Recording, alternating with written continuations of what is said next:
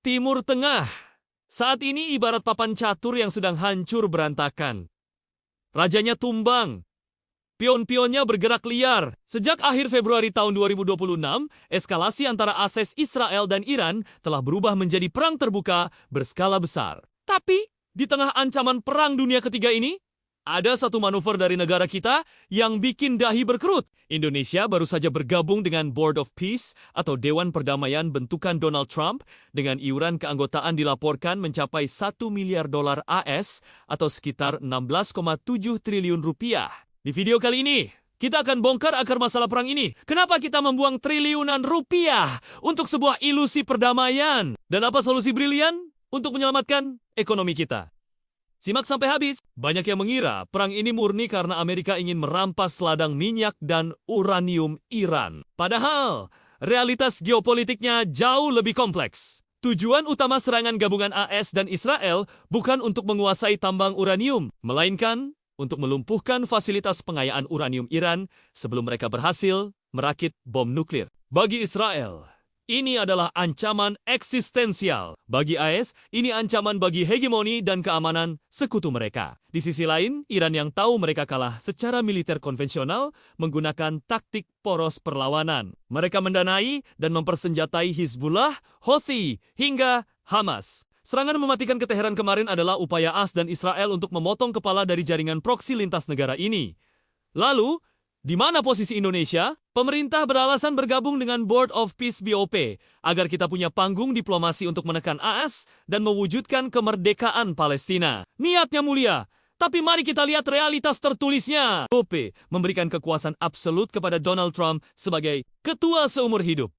Ini organisasi internasional atau perusahaan pribadi? Ditambah lagi, AS yang menggagas Dewan Perdamaian ini adalah pihak yang sama yang sedang menjatuhkan bom di Iran, mengharapkan AS menjadi penengah objektif lewat BOP saat ini. Ibarat menyerahkan kunci rumah kita kepada orang yang sedang membakar rumah tetangga. Sekarang, mari kita berhitung secara logis. Apa dampaknya pertumpahan darah ini dan uang 16,7 triliun rupiah itu terhadap dompet kita? Ketika Iran mengancam memblokir Selat Hormuz, jalur nadi minyak dunia lumpuh. Harga minyak di atas 100 per barel langsung membuat APBN kita menjerit karena beban subsidi Pertalite dan solar membengkak tajam. Investor global panik, memborong dolar AS dan menekan nilai tukar rupiah.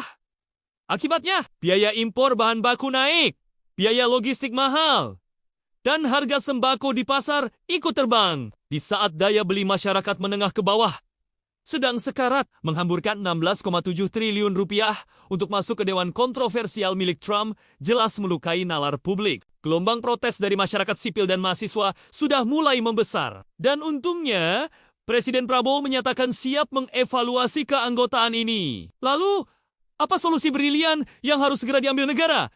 Pertama, cabut dari BOP. Evaluasi itu harus berujung pada penarikan diri. Alihkan dana belasan triliun itu langsung ke dalam negeri untuk memperkuat jaring pengaman sosial bansos dan menambal subsidi BBM agar rakyat tidak makin tercekik. Kedua, diplomasi multilateral yang sehat.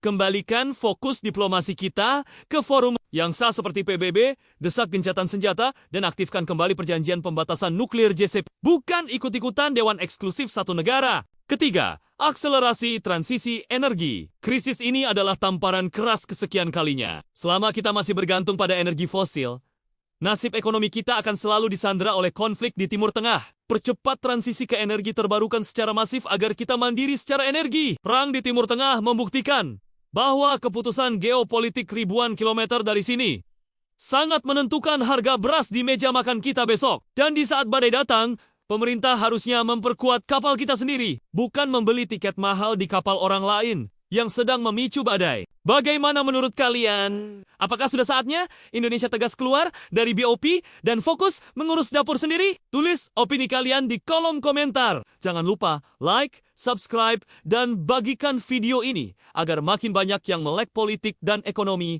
Sampai jumpa di video selanjutnya.